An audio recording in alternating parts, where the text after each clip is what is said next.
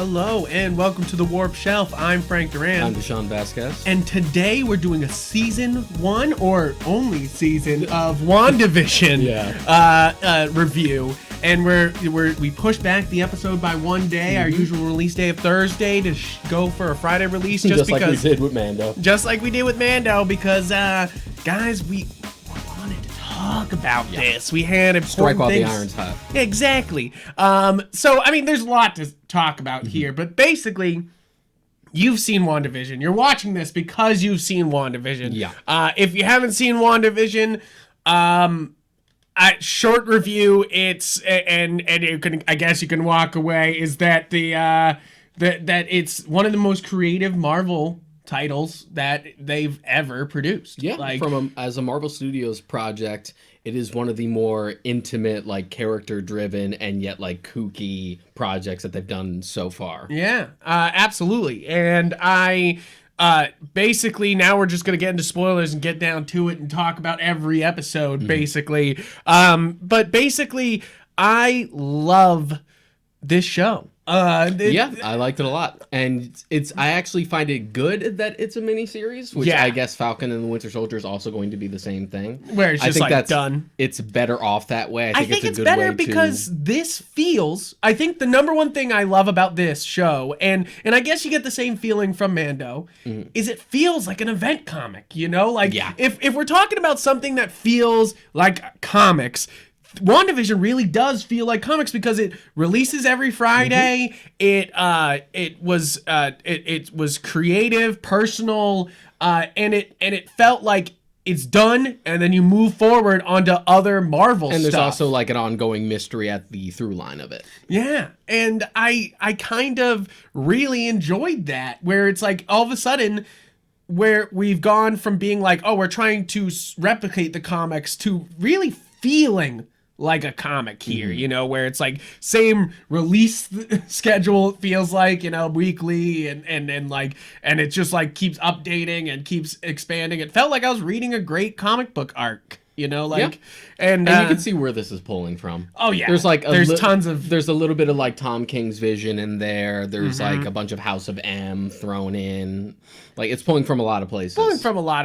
But also it feels very MCU, and I think that's why this feels so successful to me, is that this is the first one of the stories that isn't just like a big event like Endgame or anything like that, where it's telling a completely MCU story, but it's not like world ending, you know, like it's just like actually a tiny story instead of very like, personal. Yeah, because usually when they tell a full MCU type story, and it's like all relying on MCU stuff, it's a big event thing. Yeah, and they've all been movies up until this point. So when you go into a film, especially a blockbuster like those, there's a certain expectation for it. But by doing it as a miniseries instead, you can afford to have yourself be a little more personal and also take your time and let things sit. There's a rumor that this is one of the most expensive shows ever created, if you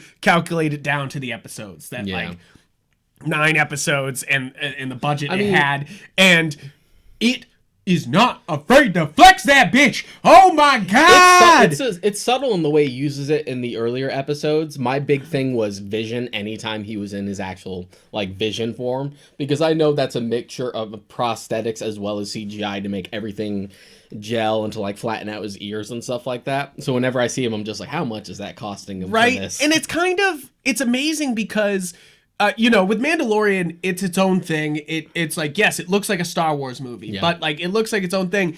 The WandaVision episodes looked like a Marvel movie. Like, it is able to stand up on its own next to the other Marvel greats of its line and be totally in line with them, you know, like in that, like it's so big budget, it's got big action, it's got, you know, like it's got big budget actors, you know, like Catherine Hahn is amazing in this. Like I mean, and also if we're gonna start talking performances, I think that oh my god, the Elizabeth Olsen is so good in this. Like, this is the first time I've really liked her Scarlet Witch. I thought she was fine in previous things, and she's good in not Endgame, but Infinity War. Infinity War. I think it's just a cost of her being like a minor character in those films up until that point. And that's definitely the problem, is that this is a great character that they just were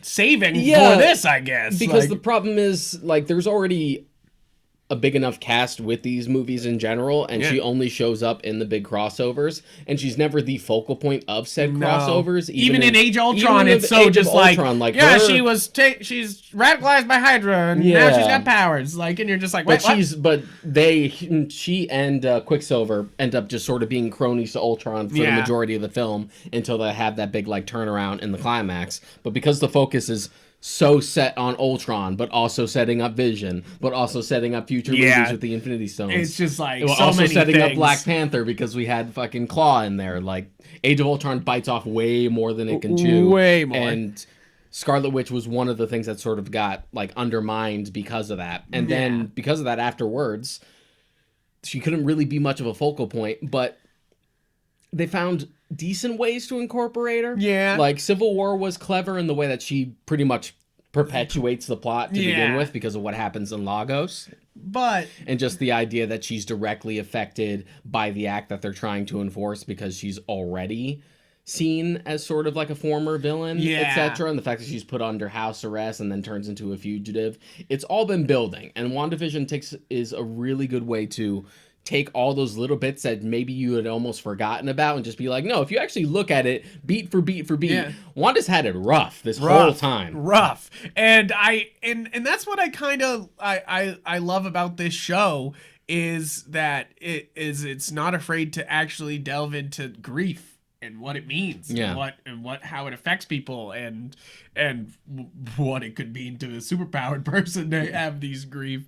But I was talking about performances, and I think Elizabeth Olsen kills it here. You know, like, she not only is taking this part that was kind of you're saying was a side part, you know, like, where it's just like, it was also born of, this was back in phase 2. Yeah, where they were just like throwing, not only throwing stuff, but also they were really afraid to go full on magic for a while. That's pretty much why we got the Mandarin twist in Iron Man 3. They didn't have the balls to do magic rings. Shit. Yeah, like when they look at Doctor Strange now, but you're like, back, they didn't want to do it. They were afraid. Anything before Doctor Strange, they were really afraid to pull the trigger on. Yeah. Like, it extends to the Mandarin in Iron Man 3. They were too scared to do magic ring stuff, so they did the stupid twist instead. Yep. Then we got Elizabeth Olsen as Scarlet Witch in there, where it's more just like, yeah, she has like vague telekinesis stuff. She's not and saying telepathy, but it's spells or anything. Like, they even try to like explain it away, like as like techno babble. Yeah, they're just like, and it's very like toned down, very nerfed. Yeah. Then post Doctor Strange, we're like, okay, now we're a little more open to the idea. And Wanda was one of the most powerful Avengers on the fucking team. Yeah. You know, like, and she's kind of Superman on the team, where you have to deal with Wanda or the villain doesn't make any sense. And now we're finally just go full throttle on it, because even Doctor Strange itself was pretty toned down. Oh yeah. Like, I feel like that was like a baby step, and then the real big step of all things that's pretty much all of Doctor Strange. just like hands, runes. I love watching behind the scenes of Doctor Strange, because it's people just going. I always love the one where he's just like doing Naruto hand signs and then just doing this. But that's pretty much all it is. It's always the same fucking spell too. It's just like. He's got Harry Potter fucking circular runes. He's got Harry Potter disease, where he forgets every fucking other spell other than the one he first learned. Like, Harry learned Expelliarmus, and that's it. Yeah, that's all he uses forever. Even at the end of Harry Potter, when Voldemort's like, Avada Kedavra, Harry goes Expelliarmus. Like, it's like, and I know J.K. Rowling's trying to say, like, Harry's trying not to kill anybody, and he's trying just to disarm. Well, and he's a good guy. As a disarming spell is appropriate for that particular context. But you're kind of like, it's one of those things where you're like, Harry, use another fucking spell. And plus, that's at least more exciting than what we actually got in the book, because we forget that Deathly Hallows, the movie, actions it the fuck up. Yeah. The Deathly Hallows book, he fires at him and it just kind of rebounds him, and that's it. It's very anticlimactic. It works well thematically, but for a movie, they're just like, let's punch this up a bit. Let's punch it up. But the point is, they were sort of afraid to really embrace it. I feel like the first real taste of like, oh, we're getting real creative and weird here,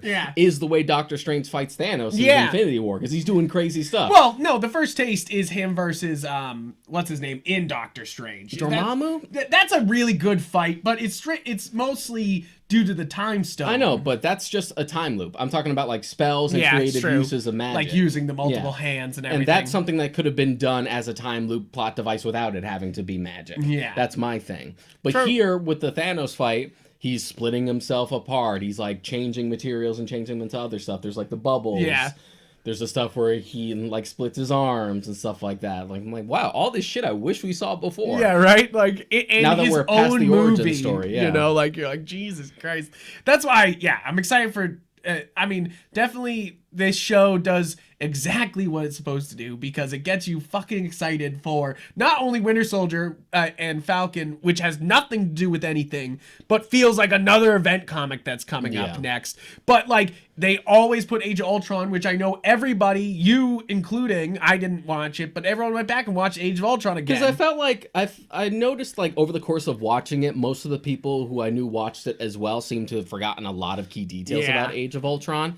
I really hadn't, but I decided to just rewatch it again anyway, and I pretty much remembered everything, but it is interesting to view it in retrospect of where we are now. Yeah, where just you know you have Thanos. Given like so much of it sets up Infinity War, and now we've had that, we see how that's paid off. Because like we were talking about earlier, we didn't know that at the time, so we thought Ultron was their big swing. Like, you know, like they showed off Thanos a little bit, but their next big swing was Ultron, and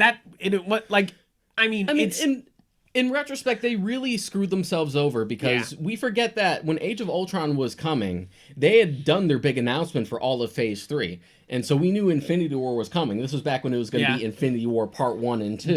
So it already put Age of Ultron in like this middle chapter place where you're just like, yeah, this is cool, but it's obviously setting up the real thing. Yeah. But in retrospect, now that we're done and that sort of that hype has died down, we've gotten the payoff to that. Rewatching Age of Ultron now was an interesting experience. Like I felt like I was able to enjoy it more. It's still messy. It still buckles under its own weight. It's got so much going on. They're like, hey, Quicksilver, Scarlet Witch, like, but we already said it. But they just throw so much. In certain ways, it is more polished than the first one, and then in other ways, it's just a lot worse. Yeah, like it's definitely kind of like Joss learned some lessons, but like neglected. It's definitely shot better than the first Avengers. Yeah, like have you seen the first Avengers in a while? Yeah, it's shot like a TV pilot. Yeah, I did watch it sort of recently, and I was kind of like, there's some weird shots here, like, you know, like, I mean, it's very Joss Whedon where it's like a TV shot, you know, like, and there's lots of zoom ins, which I fucking hate zoom ins, you know, like, unless it's motivated, you should not zoom in on camera. Like, unless you can somehow say it's from like a chopper or something like that, and like there's no reason for you to zoom in on a shot. So that gets improved. The characterization is still on point. There's just so much that it has to establish. And he's admitted that that's mostly just the MCU being like, you got to set this up. Yeah, you got to set this up. It's weird that they were so afraid that people wouldn't understand the concept of the Infinity Stones leading up to Infinity War, when literally every one of these fucking movies has an Infinity Stone. They're set up. And the thing is, we had the movie before Age of Ultron was Guardians of the Galaxy, where we already had deep dive. We already had an expository scene of what the Infinity Stones are. Why are we doing it again? The movie after. And I know there's the aspect of they were probably you gotta act like this is somebody's first time. Yeah, and they were wary of that because the numbers showed that a lot of people went to go see that first Avengers movies without having seen all the movies, because you know it's the thing to see. It's what everyone's talking about. It's true. So you know and back then it was a lot less hard to get confused. Now we're at a point where it's just like you got to do your homework. Yeah, you gotta watch this shit.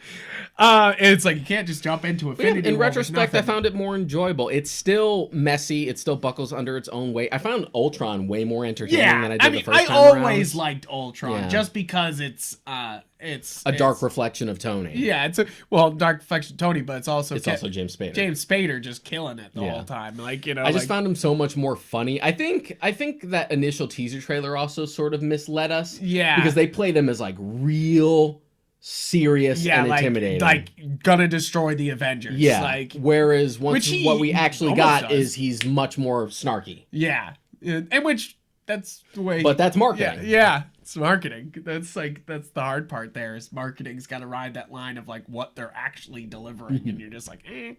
But I feel like the thing about going back, it's like it really worked because everyone goes back to Age of Ultron. Everybody's watching every Marvel movie again that's on Netflix. I mean, on Disney Plus.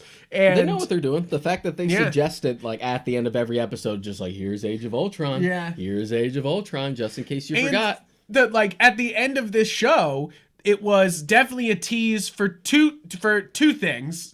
Captain Marvel 2. Like, there's definitely, like, a huge push for Captain Marvel 2 there.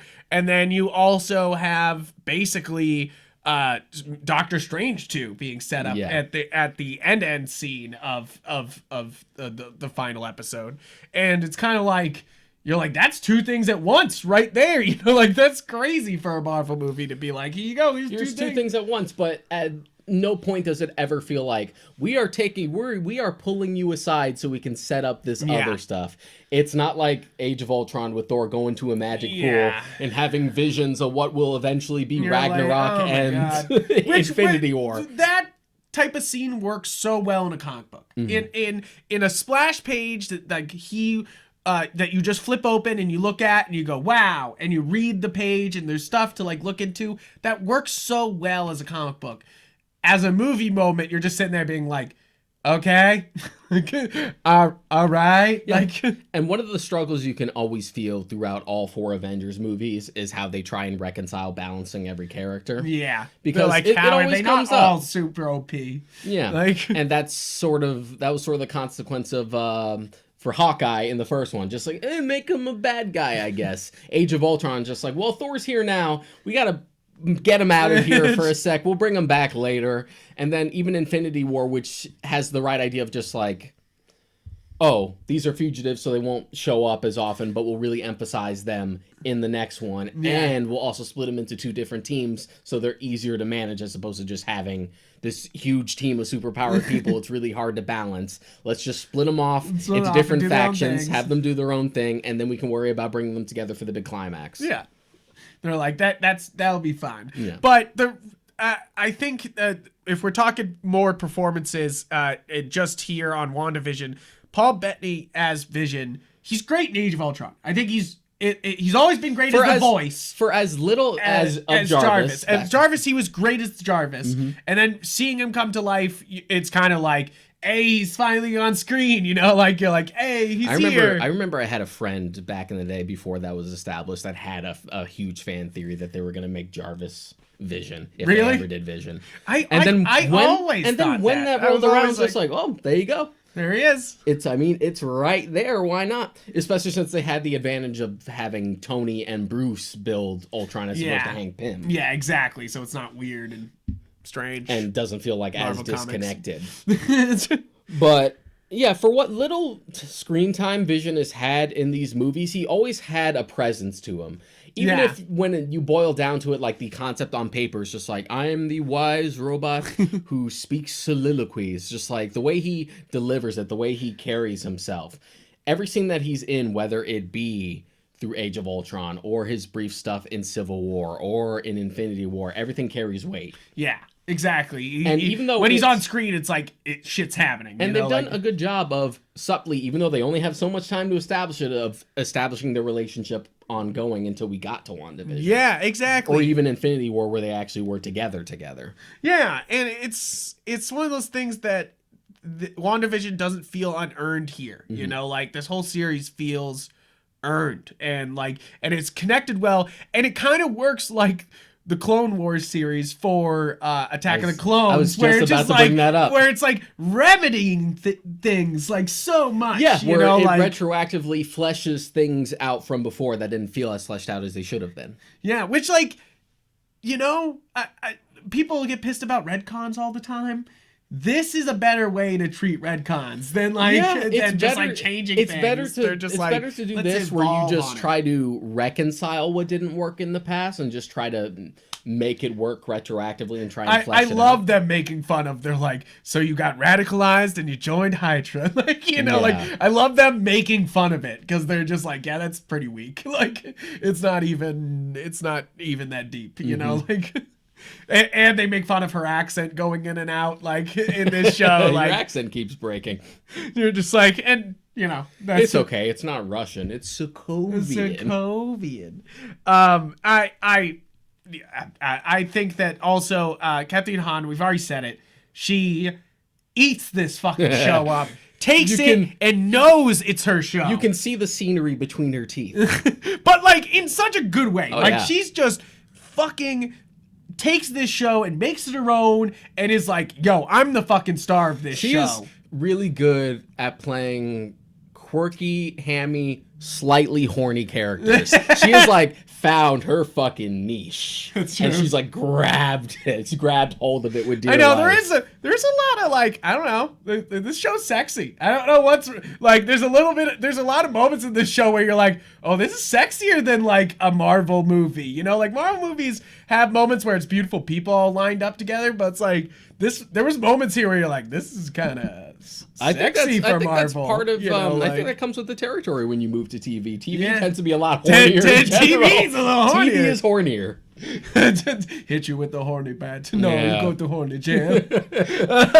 But it's like it's kind of funny because it's just like there's moments where you're just like, yeah, like, oh, like when they tied her up at the end when Kathleen Hahn like has her arms behind her legs and her arms and legs tied, you're just like, it's a little sexual. What is this William Moulton Marston shit? You're just like, what's going on here? But then the side cast, like, because that's the main people here. We got, but the side cast is really what's helped supports this show into being fantastic. I feel like you have I'm gonna mess that name up. How do you? I think it's Tiana Paris as Monica Rambeau. I've seen that actress. Rambo. Yeah, Rambo. I think that's hilarious that they just have Rambo.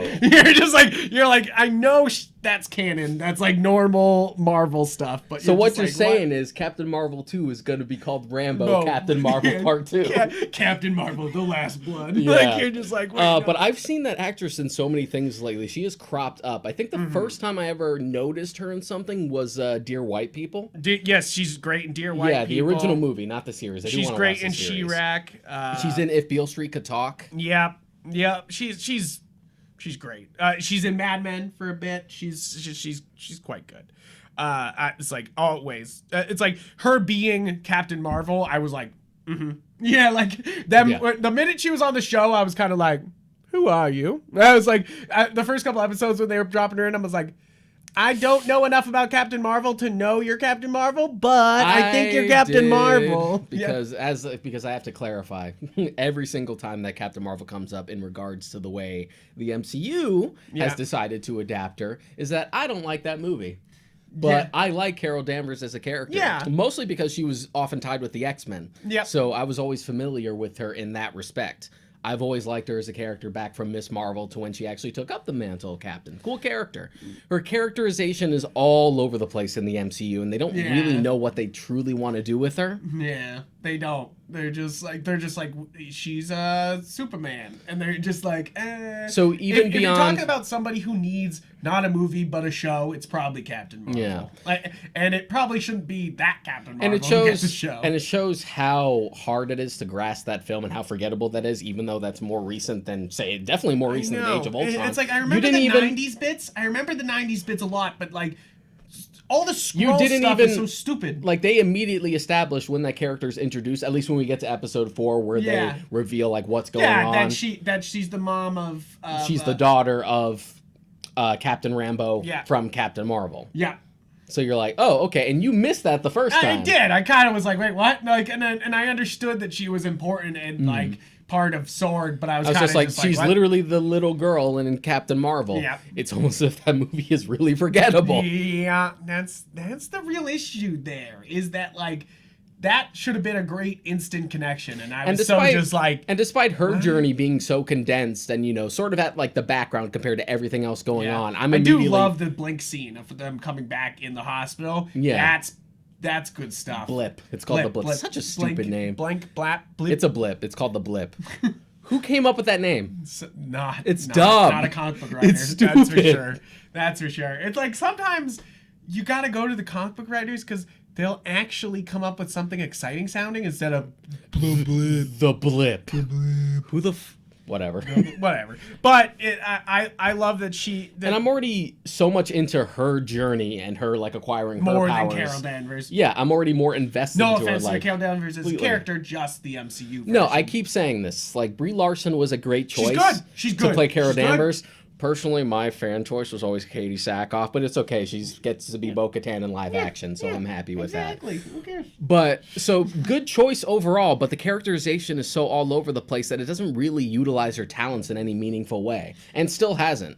Yeah, and I really do love Josh Damberg as director, Tyler Hayward as like kind of the military bad guy here. He's classic. Yeah. You know, like he's just like, of course. He's very that guy. Yeah, it's very always much that like guy. There's got to be a guy misusing military funds to like do some shit. And then I think Kat Dennings as Darcy Lewis is awesome. I love her all the time. She was always the more entertaining parts of like the Thor movies. Like I find both. Here's the thing: the first two Thor movies, both of them are bad. They're just bad. I try not to get into arguments about which one is worse. I always say that the first one I find a little worse, just because nothing fucking happens. No, but like two's funny at least. But here's what I keep saying: it doesn't matter. They're both bad. Yeah, they're both bad. It's my personal preference that nothing fucking happens in the first movie. It's just Thor in a desert for most of it. Yeah, Kenneth Branagh just but Kat Dennings, Marvel money. It's just Thor in a desert and lots of Dutch angles. But Kat Dennings, charming in it. I like Kat Dennings. And Randall Park as Jimmy Woo is back here in WandaVision, and love him. Like really give Darcy and Jimmy their own show, their own like, X-Files style TV show where they just investigate weird shit in the Marvel universe. I would love that. I would sign me up. Money. Did you see the meme that was like Jimmy Woo has the best character development in all the MCU? Yeah, they showed the clip from Ant-Man and the Wasp. She's like, how'd you do that magic trick? And then he knows how to do it in this. You're like, best character development. Yep. Very nice. The most nuanced arc in the MCU. I really do think this side cast really brings a lot of this together. Which is good, because even though I don't find the like sci-fi stuff outside of Westview as interesting as what's going on there, just because that's way more abstract and out there. Yeah. I think the cast does a good job of carrying it. Definitely. And it's to the point where I'm glad the first... And it doesn't feel too like, we're now going to explain some Marvel things to you and take you away from the cool part of this show. It basically doesn't feel like the monsters are fighting. Let's have the time to spout exposition while they're doing cool shit behind us. Or same thing goes for like anime fights. Yeah. Just like, let's watch them beat each other up. But let's talk about it the whole time. It's like, but let's commentate on it over here. So they're like, oh my god, they're really gonna use that move. we could just see it. We could just watch it. But I really do love this show for its pacing. I think the pacing... I think it was a real smart idea for the first 2 episodes to not include any of like what's going on. Right, just only little hints. Very much just like, okay, you're watching a sitcom starring Wanda and Vision, and it's the classic sitcom, and there's something going wrong, and you don't know what's going on, but like, and that's what's great about the show, is it kind of is allowed to do this, you know? Like, this is why these Marvel properties deserve a fucking show. All you have to do... because they can actually do this instead of rushing it in a movie and being like, oh, what's happening? A mystery solved. And it was also smart of this to be a weekly series and not do the Netflix model of just putting it up all at once, which is good because it builds hype. And it keeps people talking about it. It helps that mystery like sit for a while. I know there was like a good section of the internet that was really impatient with those first 2 episodes. Remember how to watch TV, guys? Do you remember how to watch TV? Fuck, TV comes out every week or sometimes once a month. So, you know, like, or, you know, like, fucking become a Doctor Who fan and then shut the fuck up. Like, talk about sometimes breaks, you know, like, but, really though, WandaVision, I couldn't believe people being like, I hate this model, you should just put out all the episodes. You're like, yeah, but they've also now spent 10 weeks basically building hype for this show and people talking about Here's the thing. That's that you cannot put a price tag on that shit.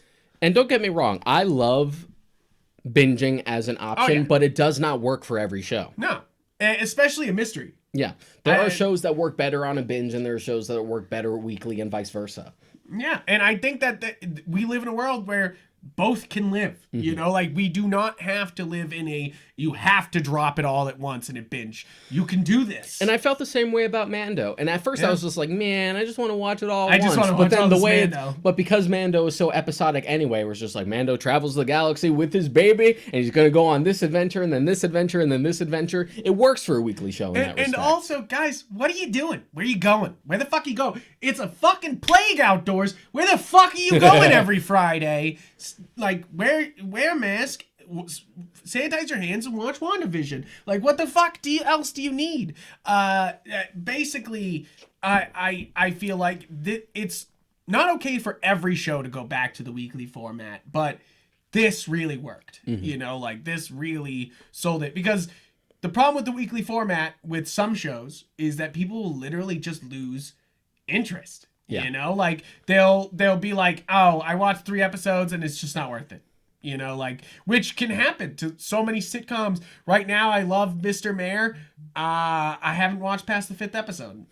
You know, and that's because it's coming out weekly. If you put that all into my hands, I would finish that shit. I mean, that's a sitcom, right? Yeah, it's a sitcom with Ted Danson. Like, I'm okay with it. Sitcoms are funny. Sitcoms are definitely shows I prefer to watch in a binge. Yes, especially because it's one of those things that the next episode comes and it doesn't exactly build on the previous one, so you're not like sitting there going, oh boy, you know, like it's kind of just like, oh, another one. And that's how I watch, I would say, Bob's Burgers. I love Bob's Burgers, but I hate watching it week to week because you're just like, oh, new Bob's Burgers. And you're like, and another one happened. You know, like, instead of being like, another Bob's Burgers.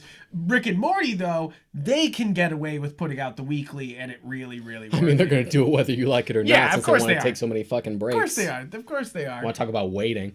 Yeah, exactly. They're just like, here you go. But either way, like, it depends on the project, and it should be appropriate to whichever project you're trying to do. Yeah. And I really do think that this show benefits from it because it can drag in people who are not big Marvel fans, you know, like, which it has been. Yeah, it has. Like Mando. Mando brought in a bunch of people who've never been into Star Wars. They saw Baby Yoda and they were like, give me that Star Wars. I feel bad for people who who either watch Marvel casually or don't really follow it at all, trying to get into WandaVision now, because Mando is independent of itself. That despite how many, even in season 2 where they start to bring in like Clone Wars and Rebel stuff, you can still watch that and still not be confused and be like, okay. But WandaVision is so specifically cemented in everything that's happened to Wanda up until this point, even when they do elaborate on it, that it'd be weird to just jump in. Where you'd just be like, why is she so Saiyan? And they're like, well, they explain. She killed her husband and then watched him die. Did you not watch those 2 big blockbusters that made $1 bajillion? And, you know, we're not saying you this is not a gatekeeping thing, of course. This is not like, oh, you haven't seen all these Marvel movies, don't watch WandaVision. It's just literally like, you will appreciate these things if you watch WandaVision. This franchise has gone on for so long and has had so many entries, and now we're moving into like TV stuff, and legitimately, like, they want to put the Marvel Studios logo behind it. It ties into the universe. It's part of the official phase. Like, there's going to be a lot of homework to do. Otherwise, you can't complain that you're confused if you haven't. Yeah, and I it's one of those things that I don't... It's like, I want people to get into it, but also it's one of those things that I don't feel bad if you haven't seen it. It's also how everything is just changed. That's just the way media is consumed now. Yeah. It's not as big a deal to be like, here's a singular entity to watch. Everyone wants to package a thing. Yeah. Which, to be fair, it is. They're launching this Scarlet Witch show into an environment that has every other Marvel thing. It's not like Netflix launching something and there's not more, which sometimes happens, but they've been good about it, where if they have an anime adaptation or they're doing a new version of an anime, they put the rest of the old anime behind it for at least for a little bit. But especially with Death Note, they grabbed Death Note when they were making the Death Note movies, you know, like that type of thing. And that works because, of course, it's the Disneyfication. I know this is Disney. I know Marvel is Disney, but like it's the Disneyfication of it. But if you already have Disney Plus into the universe, if you have Disney Plus, everything's there. It's all there. That's why at the end of every episode they're just like Age of Ultron, Age of Ultron. And they're like, that's the one you gotta watch. I think we could go. We've already done kind of episode 1 and 2. Which first off, Kitty and which I'm gonna call her Kitty every time from that 70s show. And her husband being in the first episode as Vision's boss. Great, love that. So funny. It is interesting how authentic they're able to make these sitcoms that they're trying to like homage and there was pay a tribute live to audience for those segments. They said they literally filmed these in front of a live audience and still did Marvel effects. You know, like there's lots of really impressive things going on here that not only like make this unique to look at, but is also like kind of a weird filmmaking process. And I'm sure a big part of that is where that budget is coming from, and ain't just Vision, because even just trying to go back to like such retro effects, like her doing the magic and everything's like floating, it's very cheesy and the snapping and it all popping in exactly like Sabrina. Not Sabrina, like Bewitched. Bewitched, yep. Which a little bit of Sabrina, but Bewitched is what they're referencing. I get my uncle is a huge Bewitched fan. Like he's a Star Trek and a Bewitched guy, and he's got this one room that you walk in, and he's just got tons of memorabilia of Bewitched and Star Trek, like, you know, a communicator right next to a genie bottle. Because he also loves I Love Genie too, which is another thing. They're obvious. I Dream of Genie. Oh my God, he's going to murder me. He's going to murder me. You combined it with I Love Lucy. Yeah, but like, which they're also referencing here. I'll tell you what. I had said this before, definitely not to you, but someone else. WandaVision made me realize how much of a fucking sitcom nerd I am, because I was literally able to point out, like, every time they did an episode, like, hey. Oh, that's I Love Lucy. That's I Dream of Genie. That's this. That's the Brady Bunch. It's like, oh, that's fucking Malcolm in the Middle. It really did show that I've seen a lot of sitcoms. I was like, I don't really think of myself as a sitcom guy, but I knew so many references, you know, like to the point where, like, when we got to the mockumentary episode, which was what, episode 7? Yeah, I even called it a week before. He did though, guys. Like, I know we usually say this, but like he did. He called it the week before. He goes, next week is definitely going to be The Office, Parks and Rec, Modern Family, mockumentary style, breaking the fourth wall. That was definitely amazing, and one of my favorite episodes for format. That's the other thing here is that not only are they jumping genres, but they're jumping look and nailing it. You know, like the flawlessly. 70s. The 70s one really caught me off guard because I'm like, wow, this looks like it was shot on old 70s film. Like, it has that like Technicolor color palette. It looks like great. They shot it with it. It's one of those things that this is almost like a film project where it's like where they're replicating these old looks and putting Marvel on it. I mean, the whole concept of them traveling through like different decades and tropes of sitcoms is a very film school thing. Well, yes, but it's also a great device for I don't mean that in a negative way. Yeah, you know? no, absolutely not. But it's one of those things that it's a great thing for pacing, because once you realize that every episode is moving up a decade, you know how far they can go. You know, like, so it's one of those things where it's kind of a loaded gun, where the loaded gun film technique, where it's like they put it there that this is where it's going to end, and then the gun comes back in the third act. You know, like, because you know that they're gonna run out of generations once they hit the mockumentary style. It's like that we're at modern television which is why only so much of that episode was focused on that. Yeah, because we already know what those are like, whereas the other ones are sort of a throwback to sort of refamiliarize yourself to the way it was back then. Yeah, when we finally got to like modern stuff, you already know what the modern stuff is like, so you don't need to put it so much as the forefront as the other stuff, but there's still a lot of it. Yeah, there's even in the 90s episode, they even do like some Seventh Heaven references, and I was sitting there being like, oh, like throwback. But that was one of my mom's favorite I don't know if you call that sitcom I sort or of drama, like I whatever sort you of want to call it. felt out the last two ones they did, because after like the 70s/80s, I'm like, next one maybe Seinfeldish. Like, no, I feel like maybe if we're going early 2000s, because we have to remember that the 2000s were 20 years ago, so that counts. Own decade. I'm like, they'll probably go for something Malcolm in the Middle-y, and then they did. So that's why I was be like, yep, mockumentary for next one. I got this. I'm onto your shit. And did you see people being pissy about when in the episode where they go back in viewing Wanda's memories, they see that she's got a Malcolm in the Middle DVD in there, and you're like, and they're like, well, this is supposed to be the 90s, and Malcolm in the Middle didn't come out until 2000, and you're like, shut the fuck up, it's all magic, bitch! It's really not that big a deal. It's like the people who complain that there are beer taps in Django Unchained. Who gives a fuck? It's like, sure, it's a goof, but like, is it though? Like, but I'm glad it all tied back, that there was like that significance. And it also made the entire thing inherently more tragic.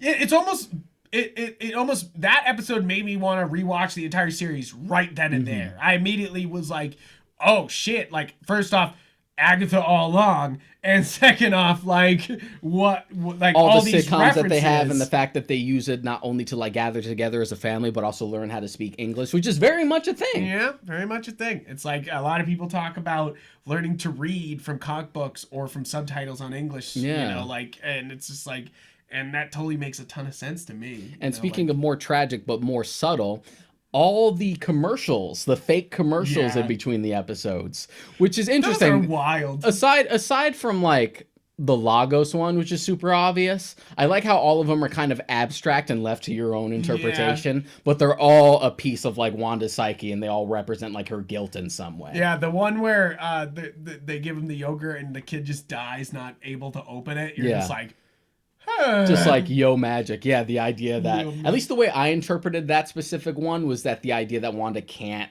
use magic to solve all her problems, and at this point she's just sitting there wasting away. That's the way it registered to me. I feel like that one was the most like abstract one. It was. The rest were pretty straightforward. Yeah, they were like the Lagos one was the most obvious one. Just like, Lagos is like a bounty to clean up your messes. Just like, ooh.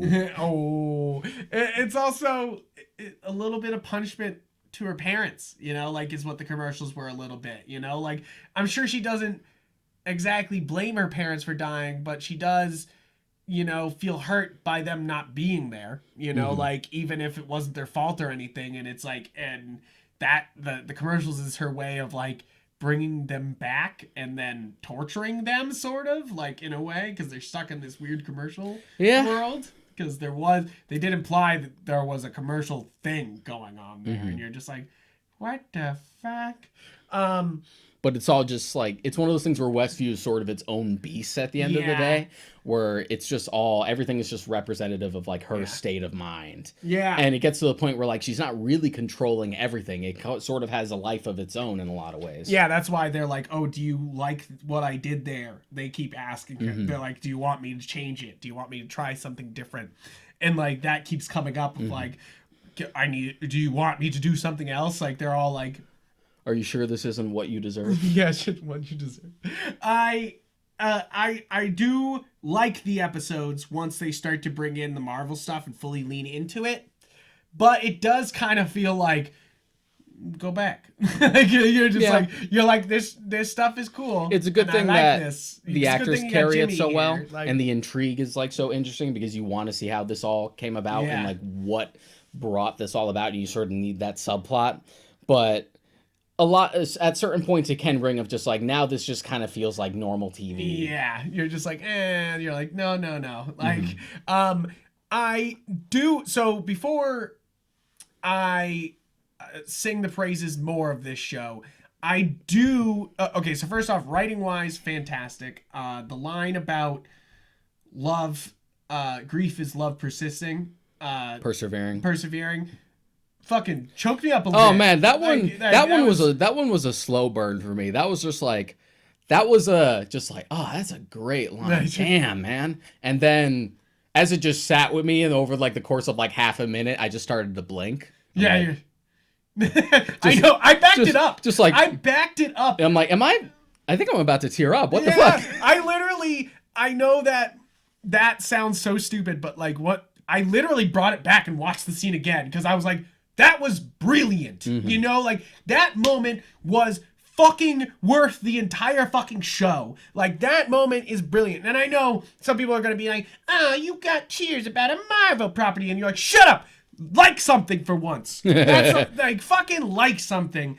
And, but basically, this was a true line. You were sad when Tony died too. Yeah, Shut up. Yeah, like, come on. I saw it coming. Everyone saw it coming. It was still sad. Yeah, but it's one of those things that like that was a very true line. You know, like, and there's a lot. So simple. Yeah, so simple. But like, there's lots of lines in this show that are very simple but true. You know, it rings. There's some heart here in this writing. You know, like I really do. It's not only weird to watch these sitcoms. It's also there's something true about like her grief and how it's being presented. And I really commend this show for actually doing that. You know, like really leaning into that. I do think that the show does not land as nice as it should with the final episode. I do, because I do love this show. I think the writing's great, cast is great, music's awesome, titles look incredible, but the ending kind of doesn't stick it, you know, like, because it turns out it's just Agatha. You know, like, and it's just Agatha and her fighting each other. And they're just kind of like, oh, you've unleashed the Scarlet Witch. You don't know what you've unleashed. And they don't really land with what she doesn't know she's unleashed there. Which we've known the whole show that she was, like, turning into the Scarlet Witch. So it's kind of like, well, what? You're not even going to hint at what the fuck she unleashed? It's interesting that it feels like it doesn't land, even though the final episode is the most stereotypically MCU. But it's a good, it's a good episode, but there's like 2 or 3 things that don't land. First off, the Pietro stuff. Stupid. The fact that that the Fox Quicksilver thing was a total red herring is really annoying. Really annoying. Really annoying, especially because you could have just been like, Multiverse of Madness instead, which is literally the next Doctor Strange movie.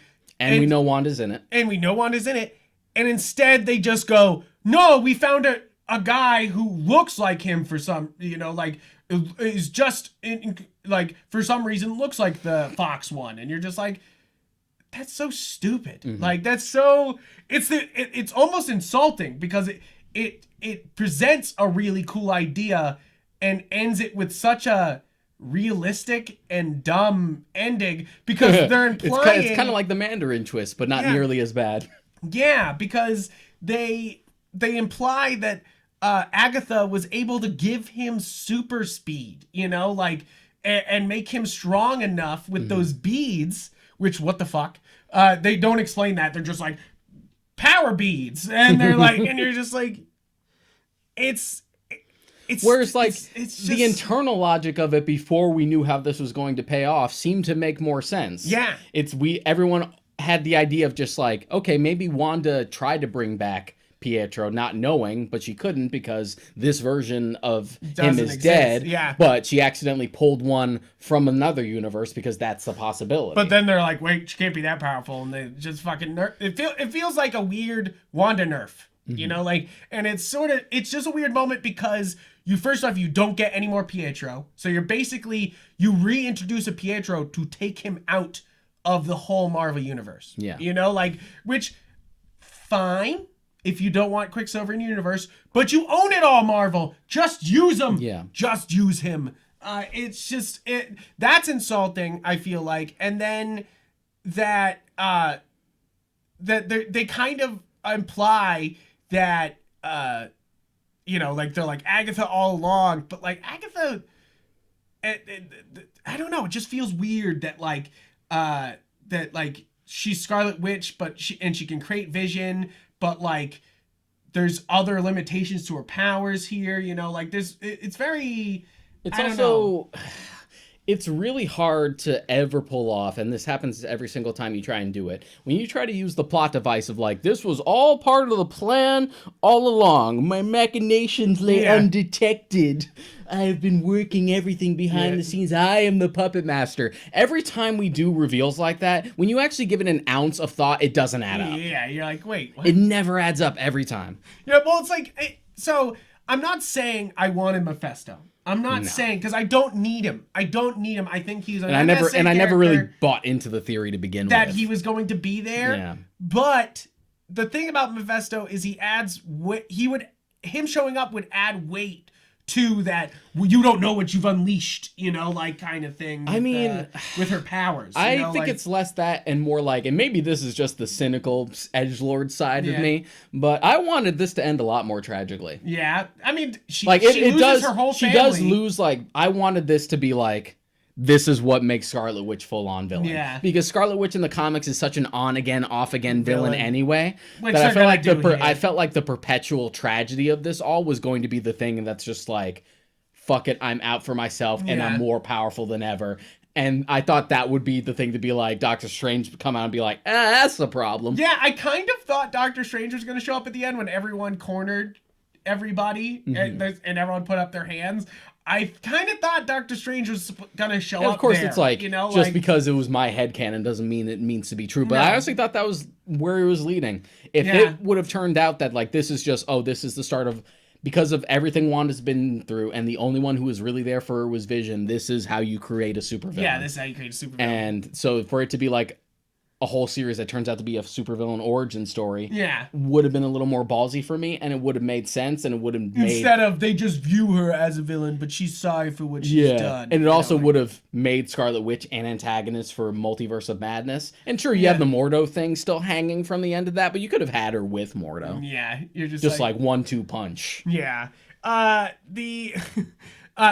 third, that I feel like is just not... they didn't stick the landing is White Vision. What the fuck? He just flies off at the end. Yeah, they do nothing. They do nothing. And the thing that sucks about it is that everything leading up to it is great. It's great. You're just even the scene where they're talking about Theseus's ship. That another moment where I was like, "Ooh, this is some true dialogue." Yeah, everything like, works damn. up until the point where he leaves. Like the turn works. The conversation that they have between the two reminds me a lot. And then he just fucks off. It reminds me of the conversation that Vision had with Ultron at the end of Age of Ultron, just like them being philosophical and existential.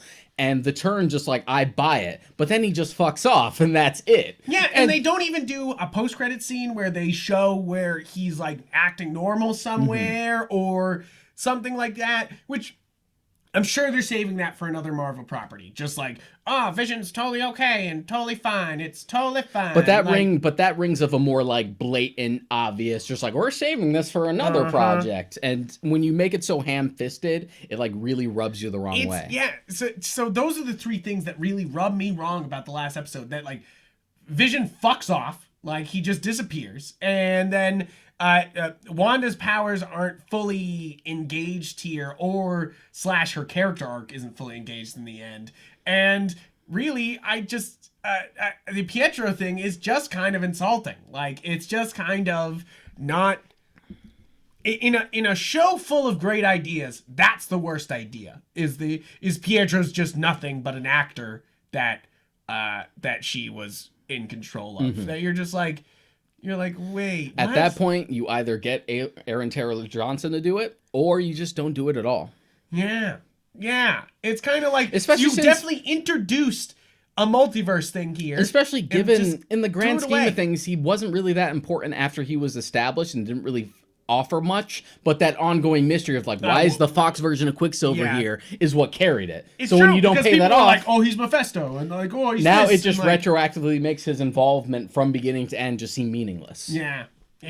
Other than just to be like shock value, you know, like, which it is. It's shocking, and it like helps you think about it, but like, if you have to watch this in a full package, it doesn't really do anything. And it wouldn't surprise me if they tried to like reconcile it later. Like if they tried to pull like a DC thing over at the CW shows, we're like, well, there are doppelgangers in like other universes. We're like, you look like this person from my universe, but you're not him. Yeah, exactly. Yeah. Exactly. You're just like, oh, you are the Earth where it's one off, like from us, Yeah. and that's why you look like that. Like, that's it.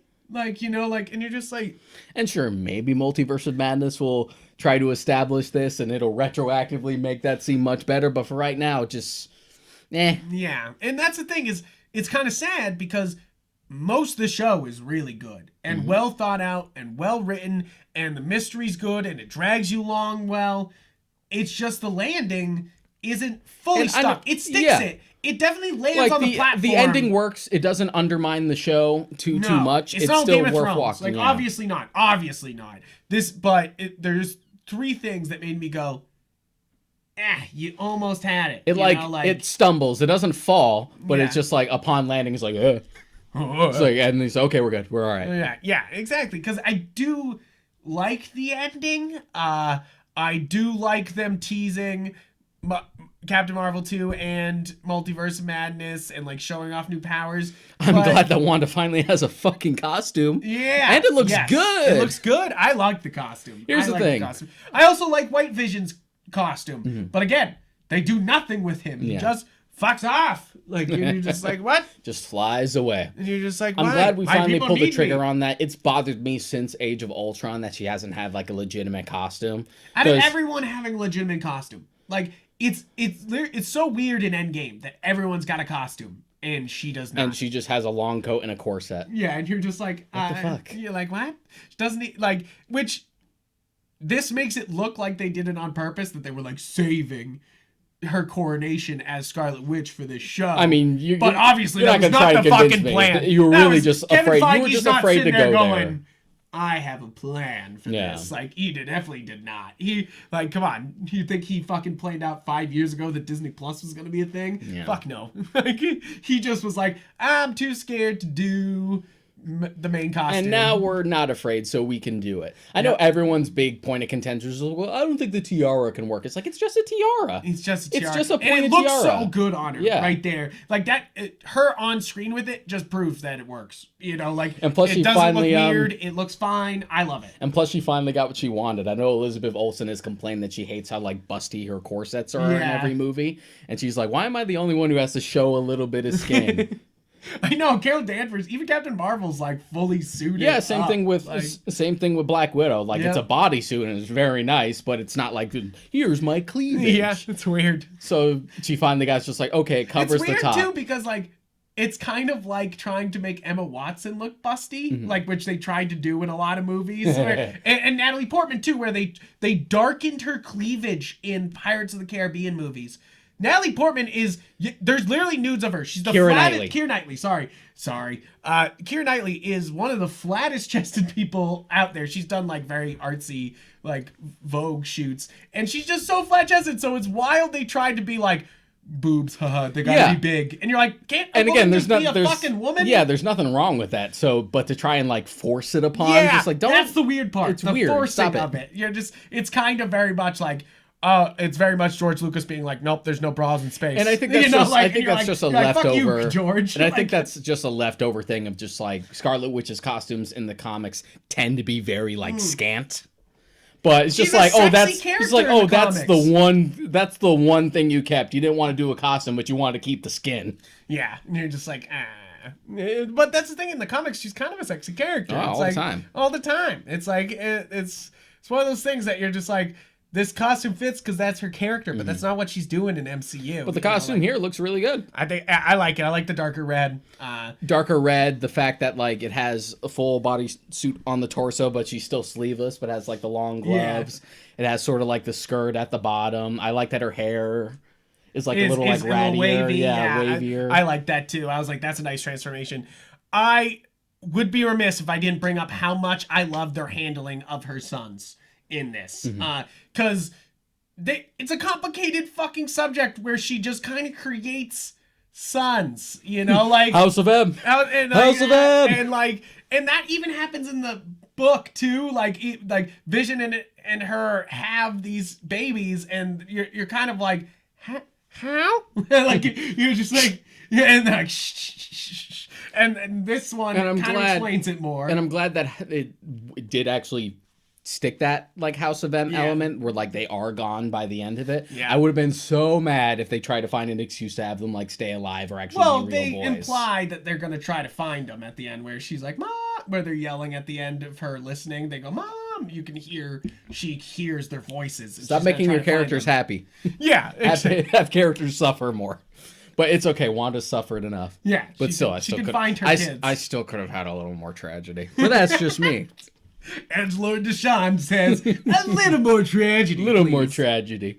I need a little bit more tragedy, please. But I really do love the show of their powers, the way they handle them, the way they're wearing the suits from the comics as a joke, but like then they're just wearing the suits from the comics. I knew they were going for like a new costume for her pretty early on, because when you look on Disney Plus when you play the new episode, you can see like the big poster in the back where it shows like a period piece, Wanda and Vision, and they're covered in TVs, and you see glimpses of them as Scarlet Witch and Vision. Yeah. And when you look at Wanda specifically, when you look at like, because it's around like her torso area, that's different from any of her other outfits. Yeah. I'm like, oh, they're probably doing something else. They're gonna try and go for something else.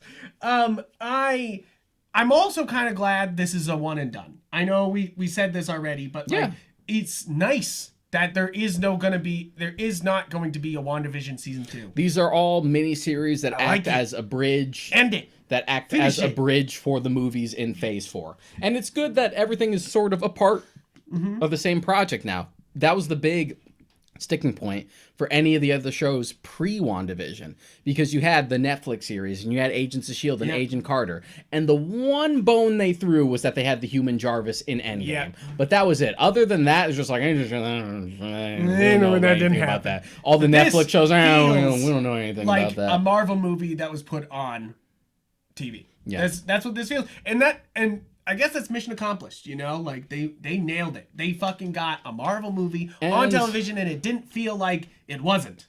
And speaking of the, like, Netflix series that we had before, they have the rights back to most of them now. Yeah. They have Daredevil, Jessica Jones, and they have Punisher. It's kind of... I don't know, though. It's kind of like... It's one of those things that I don't know if they should go back to the Netflix versions, because there is this Disney Plus, like...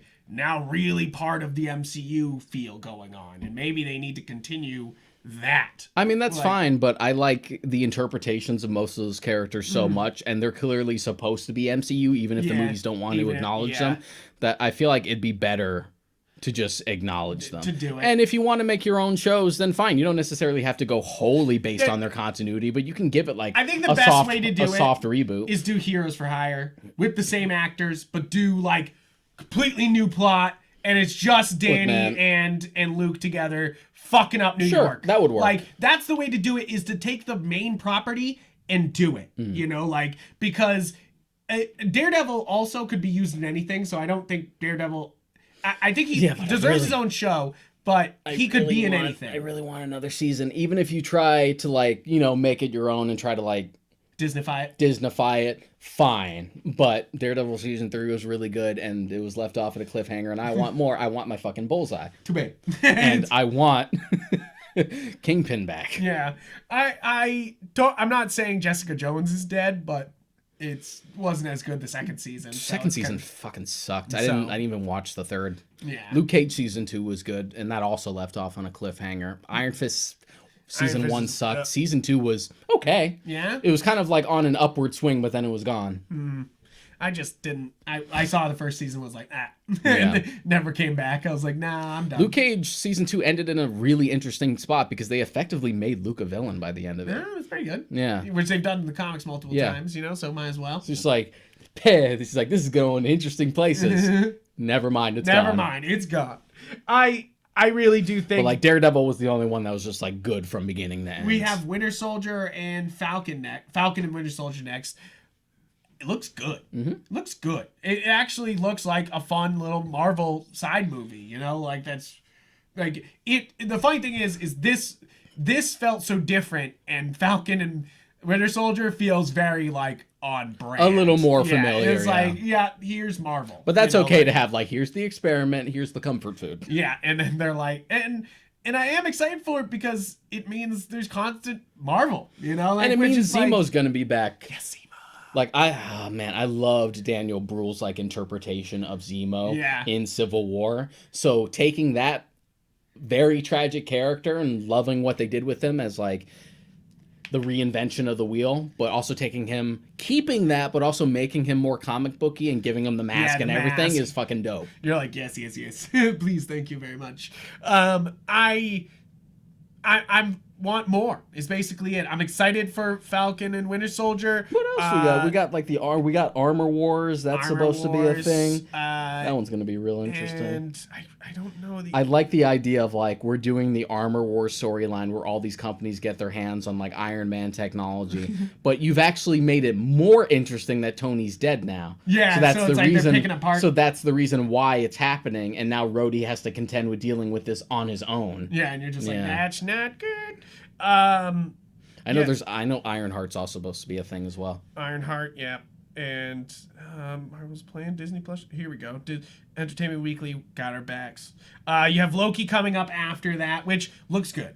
It looks good. Okay. I'm for it. Hawkeye, really which if Hawkeye's not just the Matt Fraction run of then it. I don't give a fuck. I'm sure it's going to be mostly that. I mean, they're even using the logo, the same logo. Exactly. I'm sure it'll be partly that, but also mostly like passing of the torch to Kate Bishop. Yeah. So they're just like, and Jeremy Renner, I hear he's contentious on fucking set. Like he's just kind of a star, and it's just like I'm sure they're like, okay, goodbye, Jeremy Renner. Yeah. Like, and plus, as much as I would love like street level Hawkeye, like the Matt Fraction run.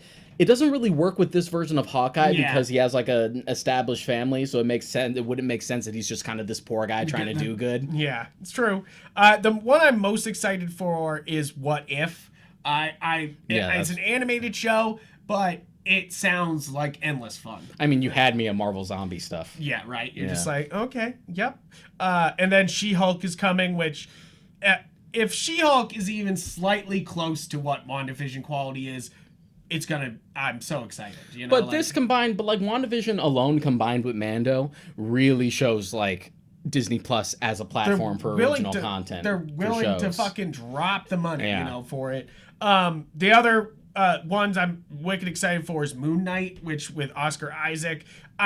I mean, come on. The standalone Moon Knight comic is always good, and what they're adapting here is gonna be great. Moon Knight is one of those characters that works so well because he's never been that hugely popular, so they get real experimental with him. Yeah, it's true. And then after that, we got Miss Marvel, but this is Miss Marvel. Kamala Khan. Which, yes.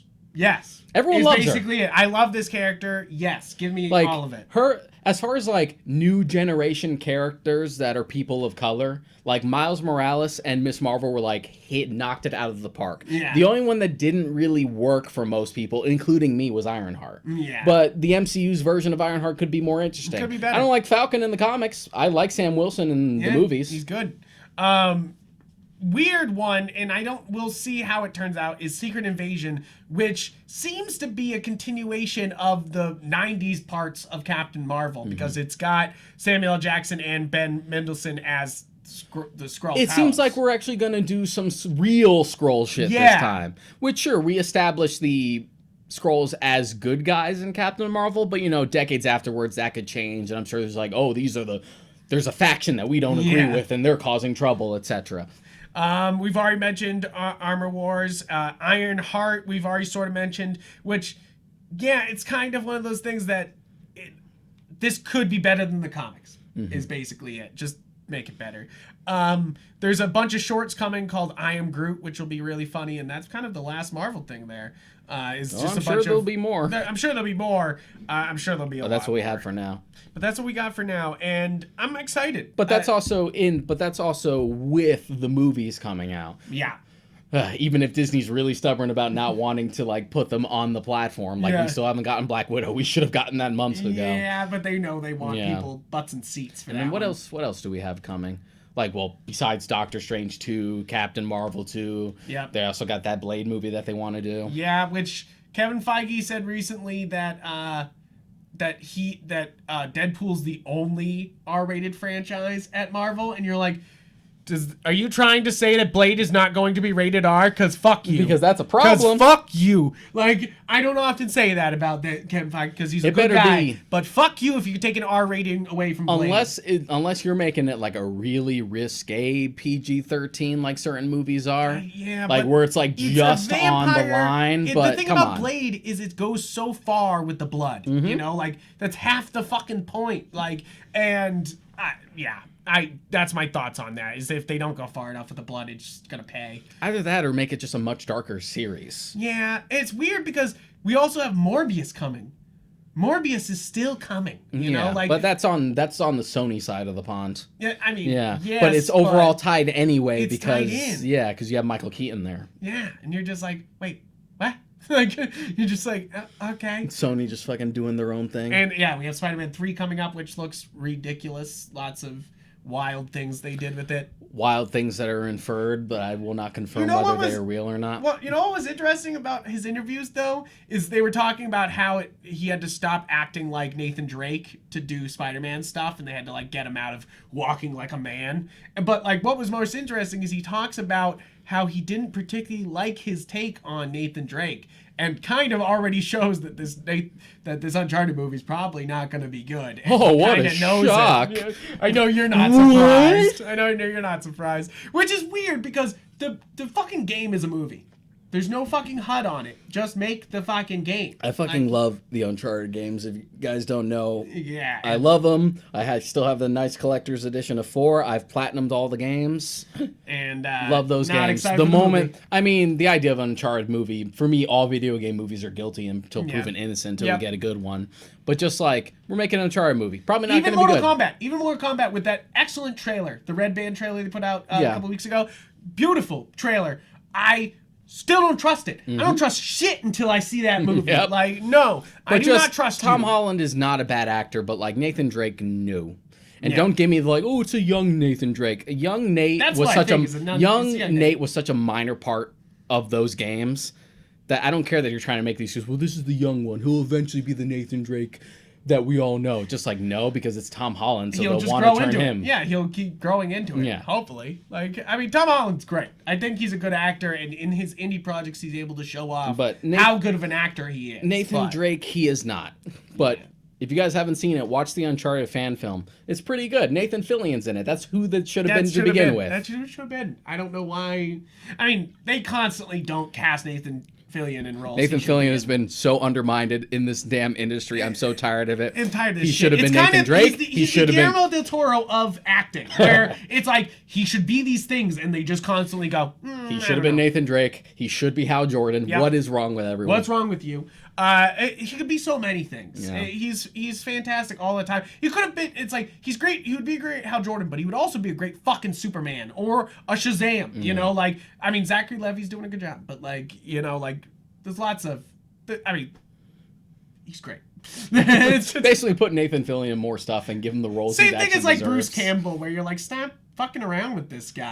You're like, put this guy. Hell, Bruce Campbell should have been Sully for the Uncharted. Did you hear movie. That he's in? He was teasing. He's in Doctor Strange 2. He fucking better be.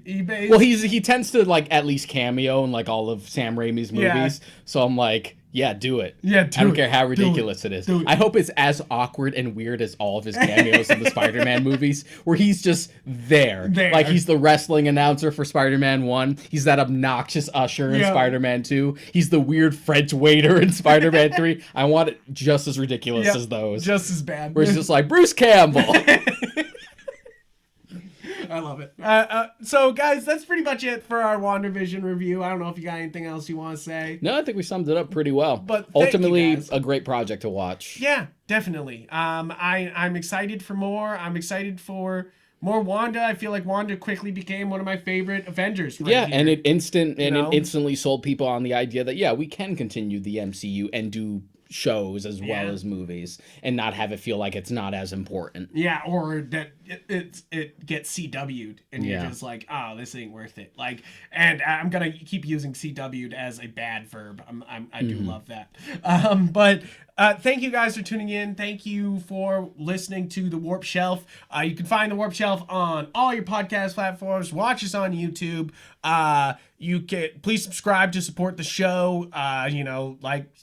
comment, and subscribe for the algorithm, because that's the only thing that gets us out to more ears, is that we need people liking, commenting. Spread the word. Say, literally comment in the comments for the algorithm. You don't even need to say anything construction. You don't even need to say good work. Just for the algorithm, baby. If you support the show, put it in the comments. But thank you guys. I'm Yupfrank on Twitter and Instagram. I'm Mod Crike on there. And please, guys, support the show on all the platforms. Check out galaxygeek.com, where we have plenty of articles about this stuff and all episodes of the podcast.